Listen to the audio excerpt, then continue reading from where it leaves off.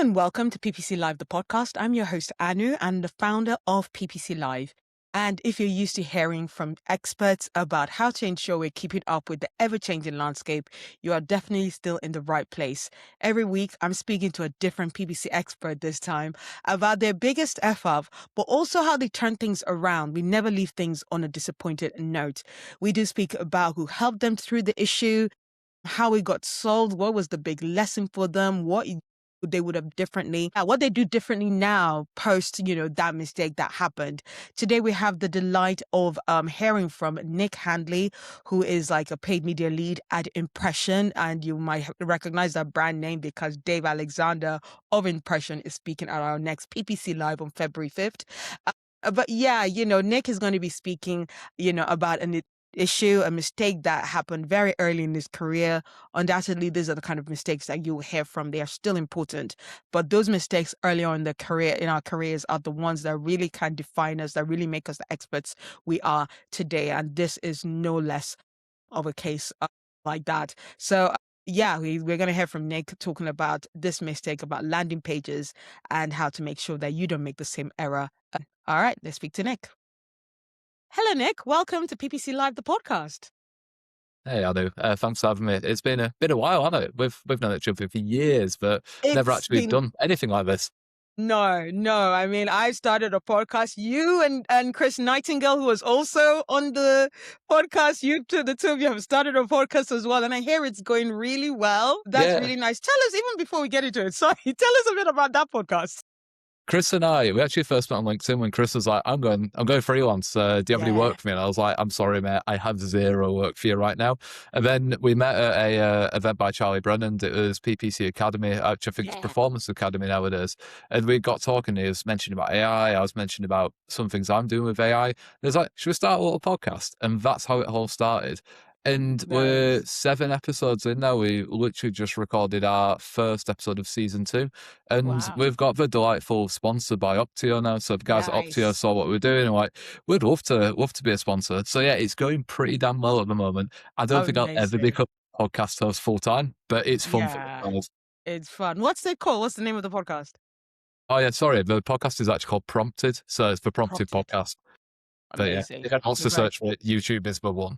Yeah, absolutely. I love that you guys have started with such good effort of, it looks very nice and crisp and professional. And I really recommend folks to look at it. But before you do that, people are like, Anu, you're recommending us another podcast. We don't even know who it is you're talking to. So let me introduce you to Nick Handley, who is one of the media focus leader working with our award-winning Impression. You might recognize that brand because Dave Alexander of Impression is going to be speaking at our next PPC Live. You might recognize his accent. He hails from proud Yorkshire, northern parts of our world, of the UK world, and he says the wrong side of the Pennines. Hey, I think it's beautiful up there. I think it's absolutely gorgeous up in Yorkshire.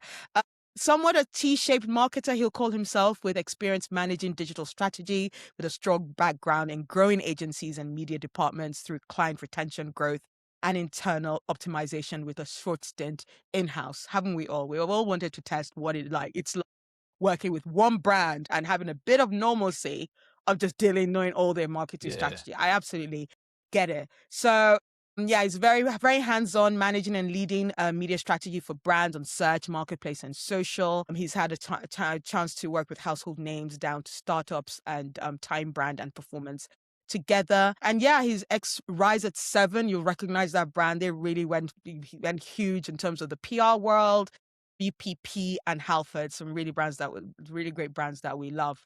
And a very fun fact that I'm definitely going to also get Nick to talk a bit more. Well, not just the fact that he's a fellow lover of coffee. Like, what's tea about? Tea is just brown water. Coffee is where it's at. But also a mountain ascender. And how many mountains did you say that you've climbed now?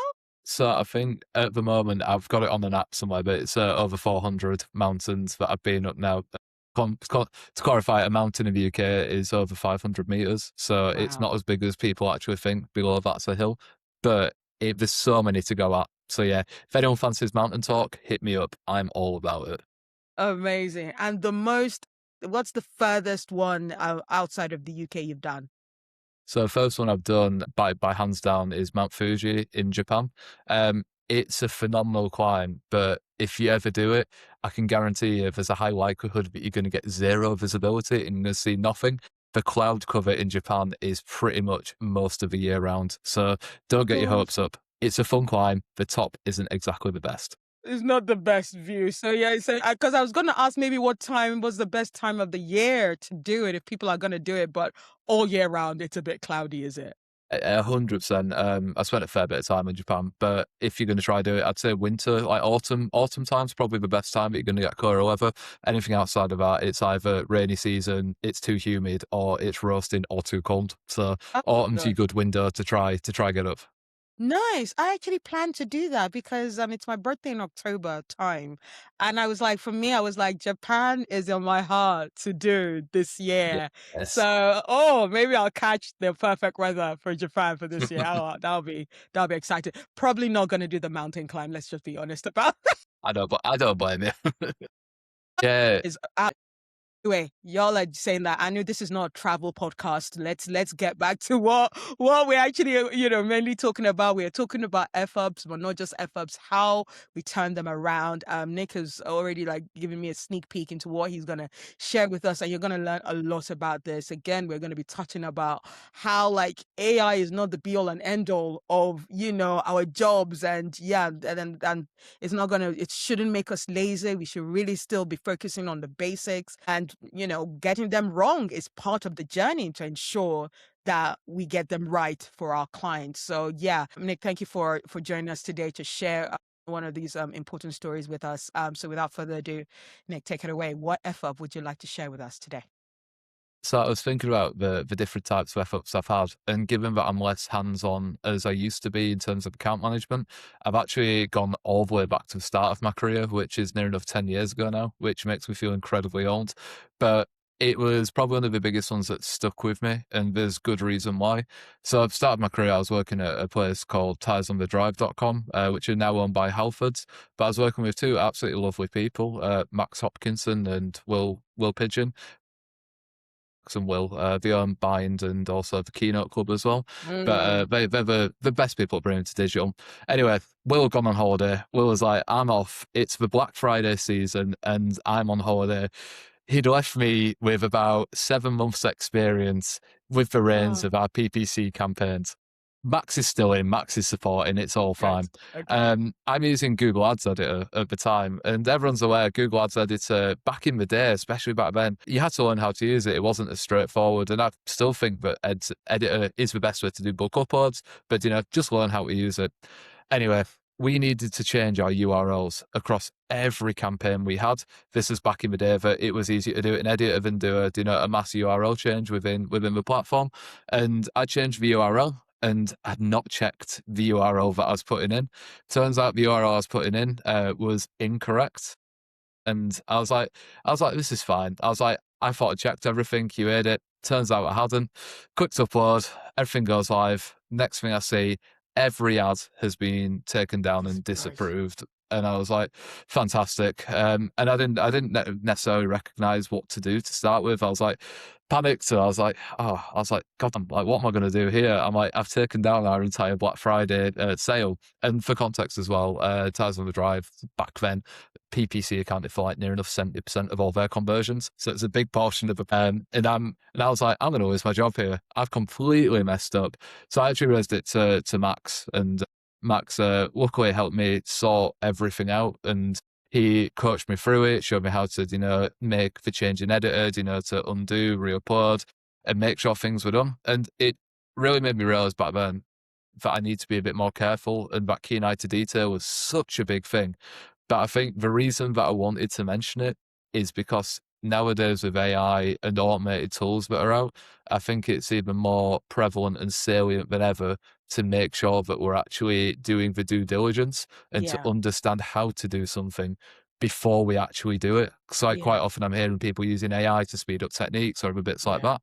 I'm very much on the ilk of we should be learning how to do it first and then Yes. incorporating AI after to be Yes. able to 100% understand when it's made a mistake or if you need to change anything. I'll stop there because I've just spoken at you, Anu. So, but that's my F up.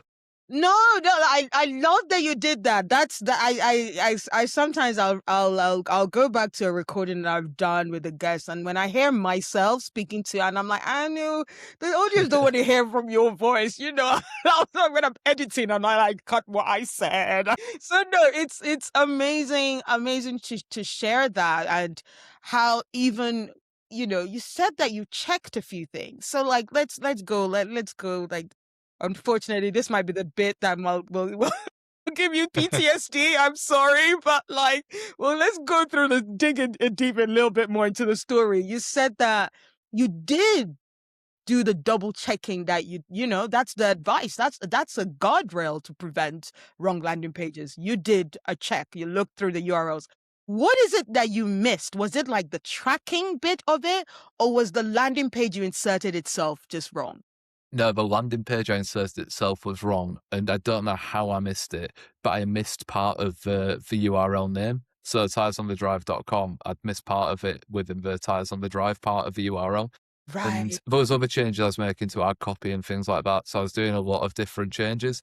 And it's Yeah. the first time I'd ever been entrusted with doing a big wholesale change for a sale. And yeah, for some reason, I just completely missed it. And looking back on it, I wish I'd had a tool like, you know, either understood and checked for me as well. So then I had the second pair of eyes, whether that's AI or whether that's just some automation. It Yes. would have helped me check. But yeah, for me, I look back and I'm like, I still have dreams that haunt me now and again, where there's Max and Will over the top of me being like, you've done a terrible job. But yeah, it's just the URL. I just mistyped the name of Tires on the Drive. I think I'd mixed up the R and S on one of the on the Yeah. tires bit, and I was like, I don't know how I've done that, but hey, I'm Yeah. still here to tell the tale. So Yes, yes. And even that, you know, it wasn't, that's not how you didn't get fired for doing that no, no. mistake. Yeah, you got good teammates, Max Hopkinson. So he came, you told him what had gone wrong. What was the fix? Well, how was it? Literally change the spelling, correct the spelling, and go, because you actually said you didn't know how to fix it. If it was just a change in error, what was it that you couldn't quite just change in straight So away? this sounds to anybody that knows PPC and knows ads editor. You should always check and like resync your ads editor to the live platform. Well, Yes. I in the panicked state that I was in wasn't resyncing the platform to the editor. So when I was trying to make changes, it just wasn't doing anything. So I've made changes in the online editor as well. So I've made changes in the live Yes. platform. So yeah, it was like essentially I'd panicked and tried to make a few different changes throughout the course of different campaigns, and it wasn't syncing up correctly. So when I was re-uploading, I was getting errors thrown up, and I was like, "Oh, for God's sake!" And luckily, Max was like, "Have you synced the campaigns? Have you done? Have you made sure that things are all back so they're like referencing what's live?" And I was like, "Actually, no, I haven't." So that was one of the Mm, bigger things where it was like actually taking a step back as well, and not being overwhelmed with panic, especially as a junior as well. I think that yes. mistakes as a junior, you take them a hell of a lot heavier than you do as a more seasoned marketer, because it's like, oh my god, I've done something really bad. Whereas I think it's really common. We all make mistakes. It's just about accountability and owning them. But yeah, back then I was just like, shit, like I've really messed up here. Like I've Yeah. done something really bad. And I've just like forgotten to do all the steps that I've been taught how to do anyway. Yeah, I think it's a very great sign because, you know, you've already even answered that question, which is absolutely fine. Like, about how did it make you feel? Like, how did you feel in that moment? And you kind of feel like, oh no. And that's how a good paid search manager should feel. Like, you shouldn't just be like, oh, mistake, whatever, move on. You know, it's you know, there should be a bit of you that expects more from yourself, that, you know, you shouldn't have done that. You've been trained well. You had some great managers. They didn't just, you know, for a manager to be like, I'm gonna go on holiday, they must have left you in good hands, or with Yeah. at least with the training that, you know, that you should have had. Um, and like, how quickly were you able to rectify things? I would rectify things in about an hour, but with that as well, yeah, it was a really simple fix. But ultimately, when you're private equity backed as well, so Tires on the Drive when I worked there was PE backed, so we Okay. had to understand the damage or the mitigation that needed to be made. So a big part of it as well was actually understanding and analyzing the downtime we had, and then seeing Yeah. how many lost sales we had. And then Max was very, very good, and he was like, "Look, I can handle this." He put together email to let people know, but we also worked on actions to increase spend throughout the rest of the day to Sure. essentially to make up for the loss. And we actually turned out to be a really good trading period for us for Black Friday Nice. period. But yeah, having the support from a senior member of staff and somebody that I value a lot, I still value Max a hell of a lot now, Yes. is a lovely lad. But yeah, I think one of the big ones for me is like having that support and not being lambasted or shouted at and being like, Yes. we make mistakes, and as long as you're accountable and understand how to fix it now, things are fine. And I really credit Max for that, and I think it gave me a really good understanding of how I can help other people on my journey as a manager as well. Which, yeah, big shout out to Max. I've said his name about 5 times then, but You I know do what? We're value gonna him. have to tag him. We're gonna have to tag him when we when we publish this up. And maybe Yeah. we have an interview with him to see As what a his. highlight of hood, he probably won't even remember. Do you know, for Max, he probably won't even remember it. He'll be like, "Oh No, yeah, I forgot about that." But for me, it stuck with me quite a bit. bless him. He's very kind. He's very sweet. Was there anybody? Because you're in an no, actually, you weren't in an agency. That was As client more. side on that side. It was As client client side on side. them. Okay, Yeah, yeah. right. But was there anyone that maybe you feel like could have dealt with you better, or was everybody just really good? All the people that you were in contact with were really good in just focusing on the solution. Yeah, honestly, I think it's one thing that I've always prided myself on places I've worked, and the reasons I've left certain places as well. And I think having an inclusive and welcoming environment where there's no blame or a no blame culture, as long as you are accountable, and I'll use that word 100 times over, Yeah. as long as there's accountability. And yeah, I didn't have any trickiness. Like, the team Mm, rallied around me, because our team, as a market department at Tires, was Claire and Justine looked after the organic side of things. You had me and Will that were paid media, and then you had Max that oversaw the department, and everyone was just like really supportive about it. Nobody was like, "Oh, you've done terribly," or everyone's like, "It'll be solved. It will be fine." So yeah, I value that more than anything. Like, workplace culture is huge, isn't it? And luckily, yes. client side feels a bit friendlier. I know clients on an agency side can be, I won't say spiky, but there's a lot more expectations because they Yes. are paying a premium for that service, which I Right. completely get. Yeah. Yeah, absolutely. I think, yeah, and I said, like, working that brand, you feel like, you understand how things should go, and I think everybody Yeah. then knows that everybody understands. So, like, if something goes wrong, you know what that really costs. And when you're an agency, you don't necessarily understand how much it costs, and then maybe we overreact a bit much. Mm. And like, for some of the stories I've heard with, like, previous guests, like Indy, who was on the show, and he's like, yeah, he had this client that was, the relationship didn't look great, and then when this mistake happened, because the clients knew that actually internally they were doing well in loads of other areas, they didn't really actually come on so heavy that as he would have expected. So yeah, you just never know when you're the agency and you're dealing with a client, and it's, it's definitely a different ball game. I feel anyone that has only ever had agency experience, test out working for the client side. It really gives you a little bit of peace of mind. I'm not saying quit your job. If you love your job, stay with them. But I do think everyone who's just always worked agency side should test out working client side. It's a different pace and gives you a very, better perspective to it. Mm.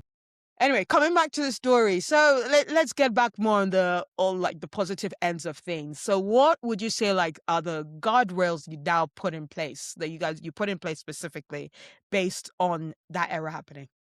Yeah, I think it's changed over time just as things have become more sophisticated in platform, but I think the core principles still stay the same. And it's making sure that in a quality assurance process, like when you are doing QA, get yourself to check it, walk away, check it again, especially if you're doing Yeah. large scale changes. So do double check. And now that I've worked agency side and there's more people to check with, get somebody else to check your work and make sure that you're 100% happy with it before pushing live. the amount of times I see errors caused just because people are rushing through to get things done. You know, they're not spending as much due diligence time on it. It's probably the biggest reason I see mistakes happen. Like, know whether, you know, insertion orders are correct, or a Yeah. keyword is incorrect, or a match type is wrong, or even your PMAX Yeah. assets are absolutely Oh, knackered. It's like, realistically, yeah, just take that time and take a step back. And no, that's what I do now. absolutely. Everything that I put out is take a step back. Take a step back and even try and have like a second pair of eyes on there on it Yeah. if possible. Yeah, absolutely. Do you ever is it something that is already like preset, or where you have the person who's your go-to, or you just make sure someone does it? Which way do you go for? So the way we work at Impression is probably the easiest way to describe, and I'd actually recommend every workplace to do this, is have almost a buddy system. So Yeah. we have a quality assurance system, which I call the buddy system because I find it a much friendlier way of putting it. But every account that we work with will have an account team. There'll be somebody that isn't necessarily part of that account team on a day to day, that is there as a quality assurance officer on the account, Nice. just to make sure that if there's big changes going live, the person that is doing the activation knows who to be in touch with, and give them a heads up ahead of time to, like, I'm pushing this live. Can you Mm, double check it before it goes? And we have that on every account we work with. And I think that it's just a really good agency process that I think you can take in house, you can take it anywhere. And if you are the sole person that is accountable for it, if you're in house and you're a small team and there's only one of you, I'd definitely say use a bit of AI to help if possible, or yeah. look at creating automated workflows where there's tasks that you do multiple times, using N8N, or use, you know, a Google AI Studio to find ways that allow you to sense check your work without it taking hours. So yeah, that's my general thoughts.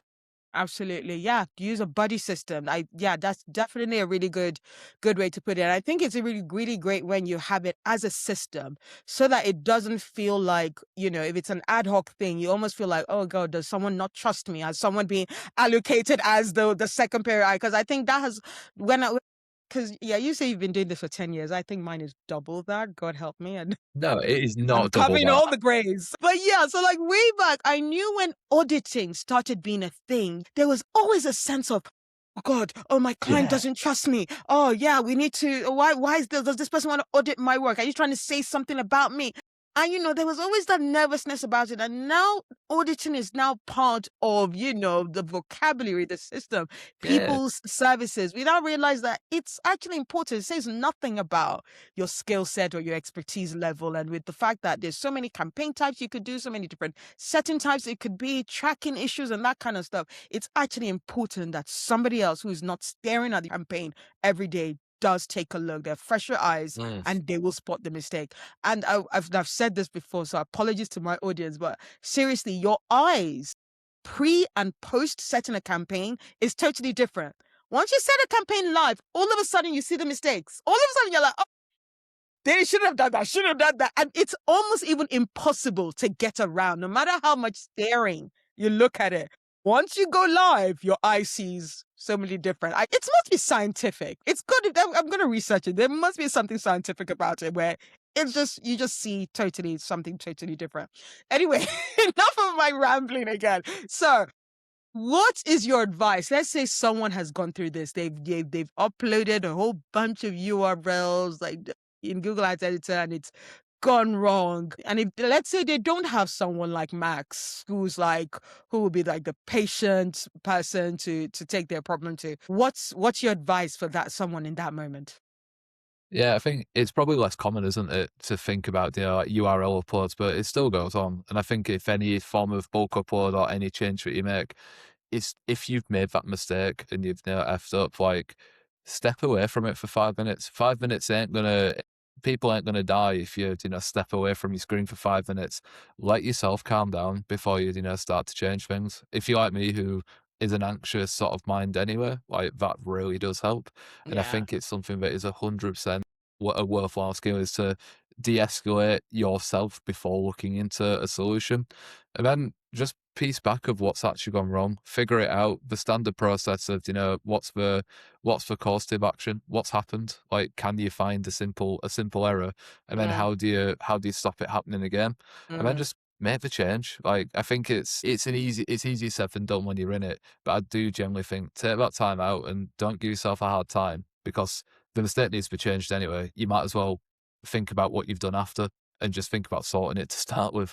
It Yes, feels really, yes. really simple, but I think it helped me massively in my early career. Yeah, yeah. I love that phrase. De-escalate yourself. Not even the problem. De-escalate. Like just bring yourself down from the mountain. Yeah, yeah. We love the mountains, dog. Bring yourself down. Like just calm yourself down. Yeah, yeah, get out of that very hyped, panicked state that as a good paid search manager, you'll probably get into because you care about your work and you care that you've made a mistake. But yeah, that space is not going to be the space where you're going to do your best work. So you need to come back to the space where you're calm, focused, and you can really spot how to fix things quickly. Fantastic. That is that we're gonna leave that story alone. But just one last thing. What's your takeaway? What's your overall takeaway for people to that you'd love people to pay attention to about that story? Yeah, I think I don't know. I'm gonna go down like the sort of like mental health side of things, or the panic side of things, instead of actually looking at the mistake itself. Is stop giving yourself a hard time with this Mm, sort of stuff. Like we all make mistakes. It's about having that accountability and going to your boss or going to a client with, here's a mistake I've made. Here's how I will solve it, and here is the impact that it's actually had. People quite often are really understanding with these things, as yeah. long as you don't try hide it and as long as you actually Yeah. try resolve it and give them context. And I think that's the big one is like solve, give context and give Yeah. accountability. Like it doesn't have to be the be all or end all, and don't stress about it. Like, Yeah. but we all work in paid media, and annoyingly enough, it feels like you have to be on 100% of the time. And if you're not, Yeah. there's challenges because you're not doing your job correctly. But we have Yeah. off days, we make mistakes. Yeah. Just Yeah. don't sweat it, but be accountable. Absolutely. I think if anything than actually like learning how to do all the different things you need to do in paid sales. It's actually important for you to be able to know how to set up a campaign that doesn't need your eyes on all the time so Mm. that you can take a break. We should not be checking paid search spend on a Saturday, on a Sunday. Like, that's what AI is for. That is what Yeah, yeah. automation is for. Google, all with all the updates that are coming out, total budget management that you can now do with both search and PMAX and display. Like, I let the automation do what it's supposed to do, but Mm. obviously, when then you're on the clock to make sure it's done the right thing when you're away. So yeah, thank you so much for that. Nick, that's been such a great story for us to learn from, and I hope everybody paid attention to that. So let's go to maybe some of the mistakes that you've seen, like the industry, or maybe even just like the teams, your teams, like like still need to get on board with.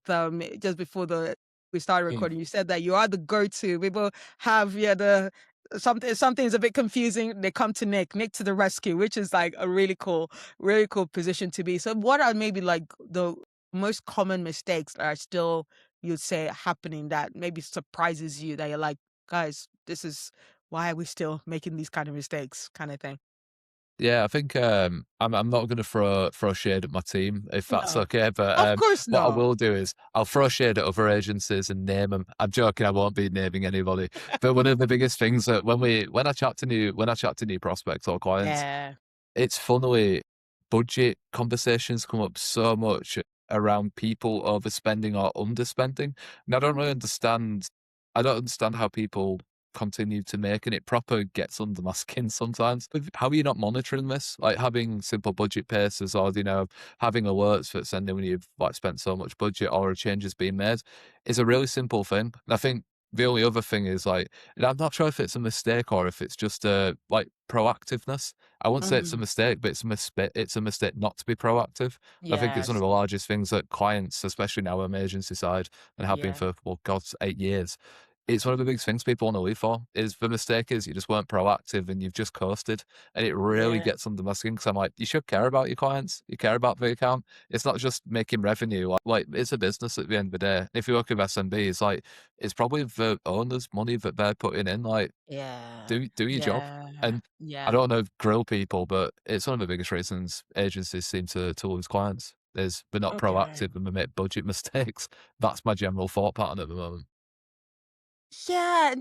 I guess, and this is why us having these discussions are very important. That is like I say pay test 101. Like, most of the times, and especially when I started, when it was very much like, yeah, it was all about whoever had the most money got the position one. And if you could outbid the competitor, that's it.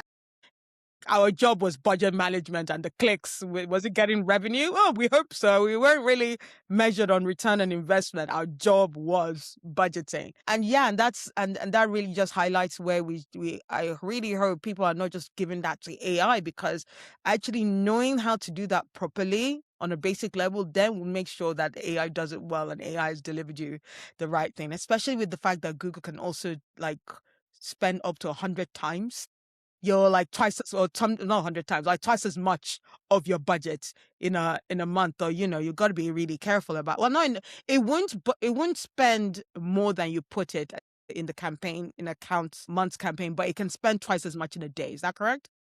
Right, yeah. So monthly budgets, quite often it can overspend to reach a monthly budget if you do put it in. So you'll find that you'll get a disparity in days now and again where you'll say budgeted £1,000 and it may spend like 1,500 just for an Right. example. But you should always come in on mark at the end of the month, depending on what your monthly budget is or what your daily budget is. But yeah, Yeah. it averages out over the course of a month. It's sneaky like that, but it's a big challenge for clients, and it especially in the world of measurement where clients are like, oh, we've just spent a grand and a half and we said we'll spend a grand. Where's our return? And you've got a latency to look at for conversions. Like, it's a pain in the ass, but do you know what is why everybody else has jobs is to explain that and understand the complexity of how to work with platforms like Google. Yeah.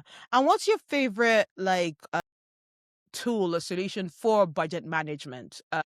Because there's so many. I feel like Google has come out. I'm always writing about one or the other of them through search engine land. But what's like your favorite way to do budget management? So we actually, there's mainly a few others that built out a budget tool. So it's actually in Google Sheets, but it works on.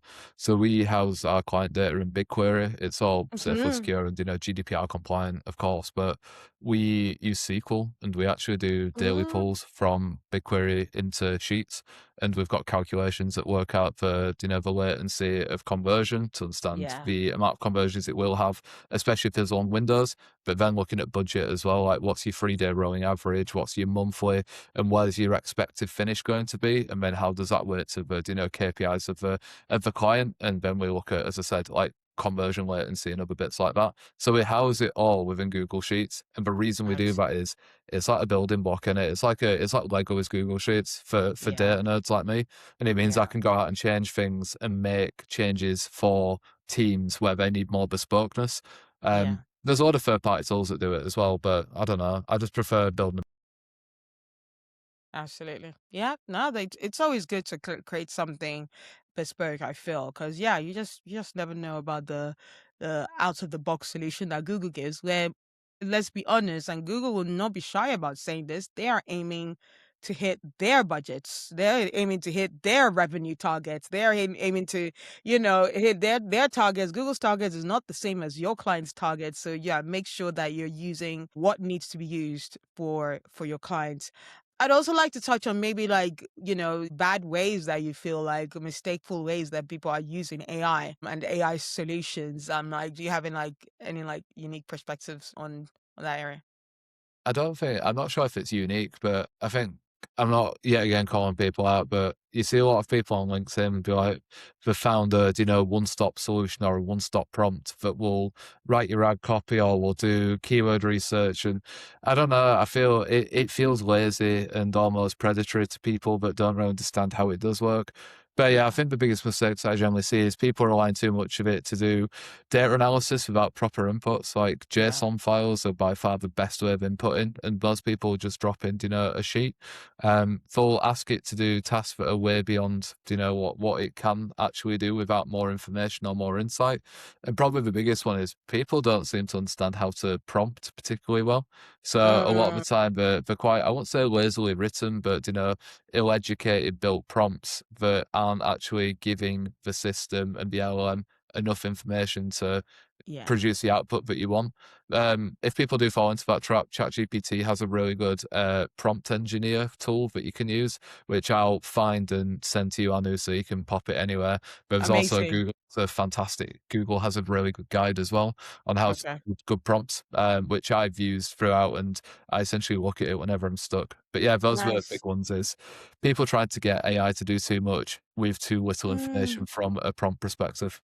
Yeah, absolutely. Everybody just, and that's the thing with people who don't know, their jobs are like prompt engineer, and I'm like, what's a prompt? That's not a job, guys. Like everybody should just be learning how to, prompt the AI a little bit better. Like I use it a lot more with Chat GPT to write articles, for search engine land, but like I give it all the details. I'm literally like, use this source and this source alone, give me an article in this kind of format, in this kind of smooth format that our audience would like to read in a certain way. And, at first I had to go, no, no, no, not like that. Do this sentence this way, do that sentence. And then now that I've been using it for like over a year now I can you do less prompting because I'll do the one sentence, but okay, based on the history of how many times you've corrected me, I know what you want. So you need to really get there. It's a growing. So if someone gives you like, oh yeah, I have this perfect prompt for you to use, the response that you're going to get is not as good as what actually should be and what that person has gotten because that person has been training their own AI for months and months. So we've always got to be careful when we're just buying into all these people on LinkedIn going, we've got the perfect prompt for you. You need to test yours yourself, to be honest. Yeah. 100%. And I think there's been a few studies done recently of people giving the same prompt to an AI or the same question, and it actually has answered it in 200 different ways.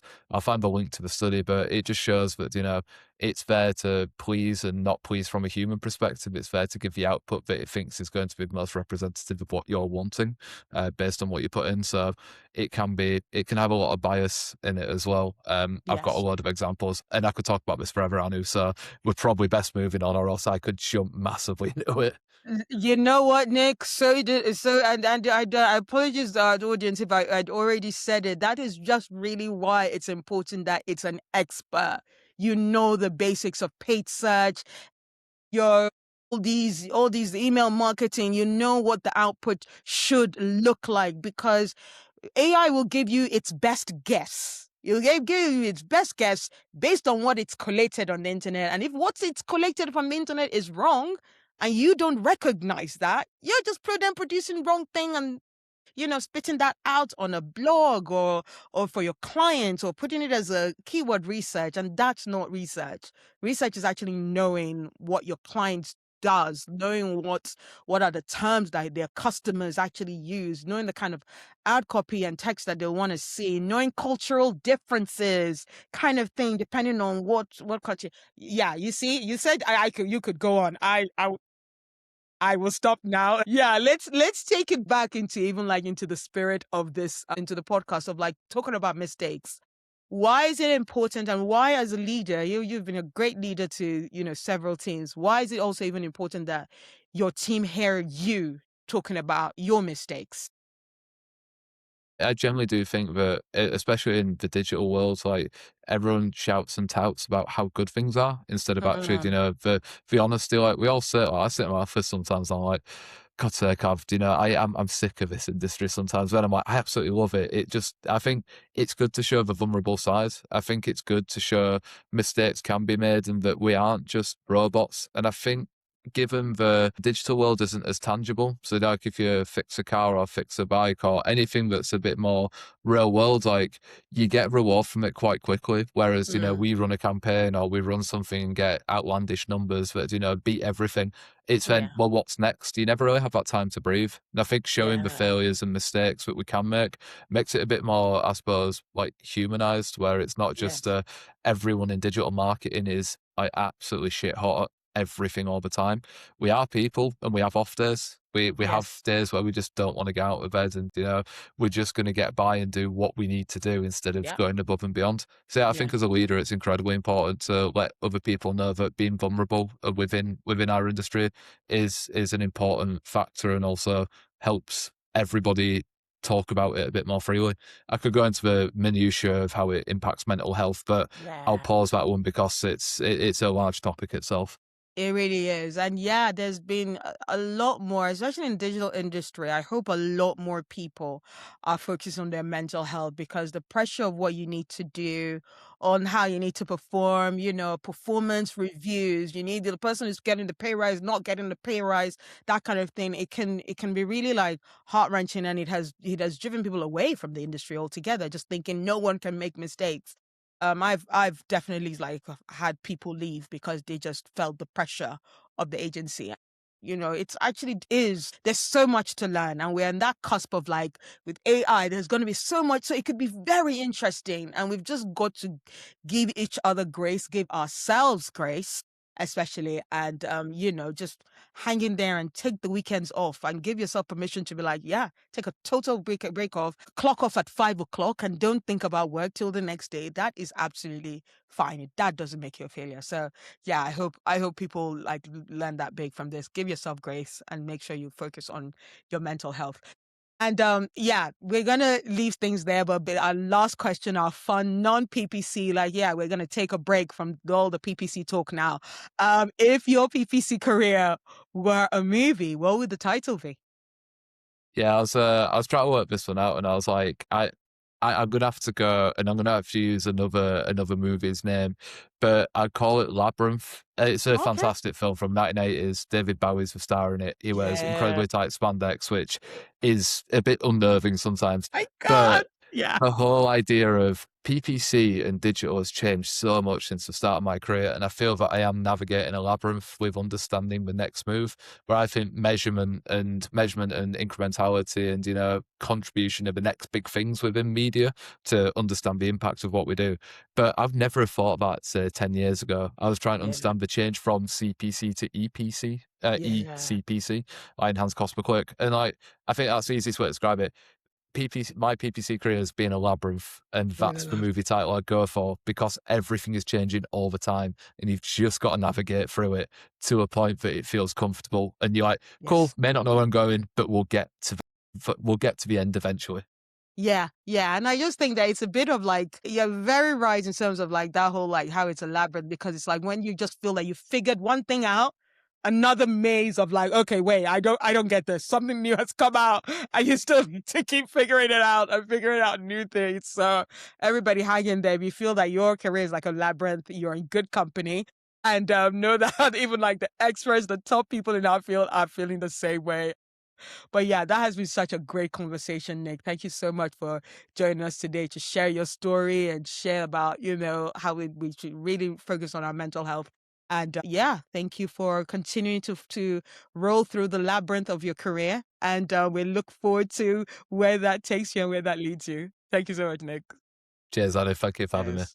Right. Thank you so much, Nick, for sharing that very honest and transparent experience about your great experience with that. I'd say, yeah, that was a great experience of, going through a mistake because you had great support from Max Hopkinson. So yeah, another shout out to Max. So, yeah, remember guys, really look out for yourselves when you have make this kind of mistake. De-escalate yourself from that moment of panic, and just ensure that you're looking out for yourself. It's not the end of the world for a PPC mistake to happen. It's not the end of the career. No one is going to die. We are not solving world hunger here with most of our PPC campaigns, except for those doing it for charity. So yes, those doing it to help stop world hunger, well done to you. The rest of us, take a chill pill. For all the information and the full transcript, yeah, not just the show notes, like everything that was discussed, go to podcast.ppc.live. We'll also share the links to how to put a good, ChatGPT or Gemini prompt together. Yeah, Nick said that he'll share that with us, that will be in the show notes. So make sure you check that out. Always excited for a PPC Live event update. We've got our next one in like just less than 3 weeks now. Yeah, go to ppc.live for your tickets. Only 49 £99 for the likes of Kat Sale, Dave Alexander, and Niels Rujman, who is the script expert. Like if you've used any scripts in your Google Ads account, most likely it's something that Niels put together. So make sure you're there to share, where he's going to share the latest ones he's created and his favorite ones to use for ecom especially.